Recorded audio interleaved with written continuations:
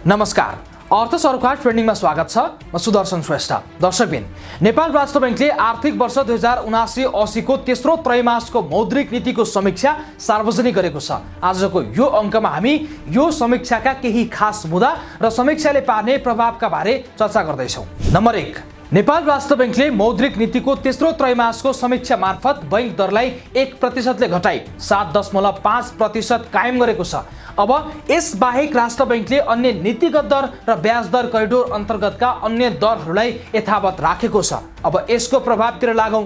यो व्यवस्थाले तरलता सहजतासँगै घटेको अन्तर बैंक ब्याज दरसँगै यो घटेको बैंक दरले बैंकिङको ब्याज खर्च घट्नेछ भने सरकारी ऋणपत्र र सेक्युरिटीहरूको ब्याज दर बिस्तारै घट्दै जाने संकेत देखिँदा यसले सरकारको ब्याज खर्चमा समेत राहत पुग्नेछ।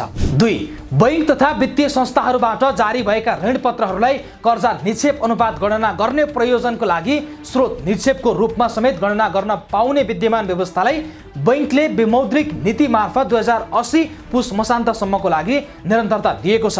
अब यसको प्रभाव बुझौँ। यो आर्थिक वर्षमा बढ्दो रेमिटेन्स र घट्दो कर्जाको मागसँगै सहज हुँदै गएर 85.5% भन्दा तल कायम रहेको सिडी रेसियोको सहजताको लागि थप 6 महिना प्राप्त भएको छ। यसले कर्जा विस्तारमा बिस्तारै चल्न थालेको प्रतिस्पर्धा कायम रहनेछ र कर्जाका ग्राहकहरूले पहिले भन्दा सस्तो ब्याज दरमा कर्जा प्राप्त गर्नेछन्।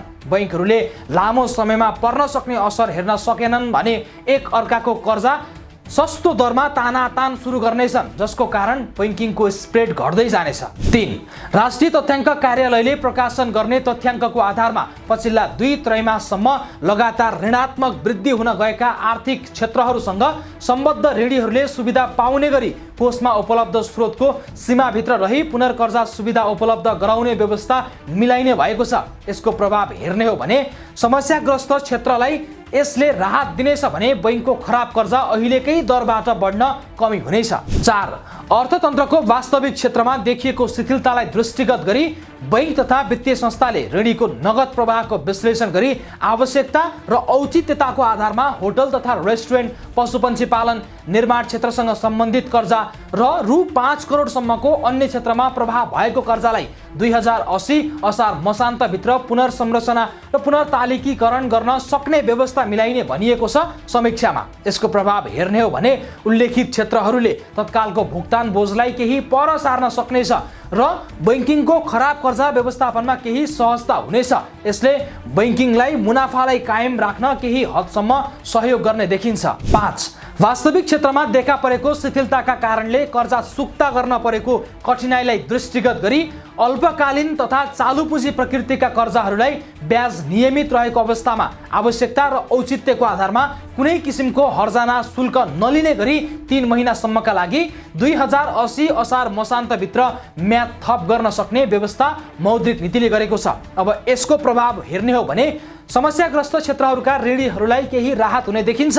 बैंकहरूले यसै पनि यस्ता ऋणीहरूलाई हर्जाना र शुल्क माफ गरिरहेकै अवस्था थियो। पहिले बैंकहरूको तजबिजमा छुट प्राप्त हुने स्थिति थियो भने अब नियामकीय व्यवस्था भएको छ। 6, वास्तविक क्षेत्रमा देखा परेको शिथिलताका कारणले लघुवित्त वित्तीय संस्थाका सदस्य ऋणीहरूलाई कर्जा चुक्ता गर्न परेको कठिनाइलाई दृष्टिगत गरी सम्बन्धित संस्थाले आवश्यकता र औचित्यको आधारमा 2080 असार मसान्तभित्र कर्जाको पुनर्संरचना र पुनर्तालिकीकरण गर्न सक्ने व्यवस्था मिलाइने मौद्रिक नीतिको समीक्षामा भनिएको छ। यसको प्रभाव हेर्ने हो भने लघुवित्तका ऋणीहरूले तत्कालको भुक्तान बोझलाई केही पर सार्न सक्नेछन् र लघुवित्तको खराब कर्जा व्यवस्थापनमा केही सहजता हुनेछ।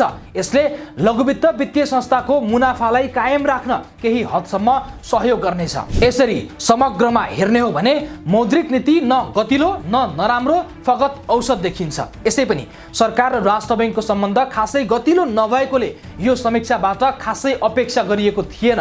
तत्कालै आगामी बजेटको पर्खाइका बीच आउने समीक्षाबाट खास ठुलो अपेक्षा पनि थिएन। नेपाल राष्ट्र बैंक अहिलेसम्म हेर्ने हो भने आफ्नो लक्ष्यमा सफल देखिएको छ।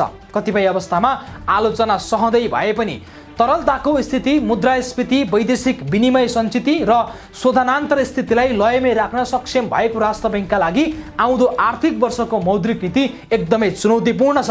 अब चौतर्फी चासो यसैतर्फ हुने देखिएको छ। बैंकर मनोज गेवालीको विश्लेषण सहयोगमा तयार पारिएको आजको अर्थसरोकार ट्रेन्डिङ आजलाई यति नै। अर्को अङ्कमा अर्को विषयको चिरफार लिएर उपस्थित हुने नै छौँ। तबसम्मका लागि हामी सबैलाई बिदा दिनुहोस्। नमस्ते।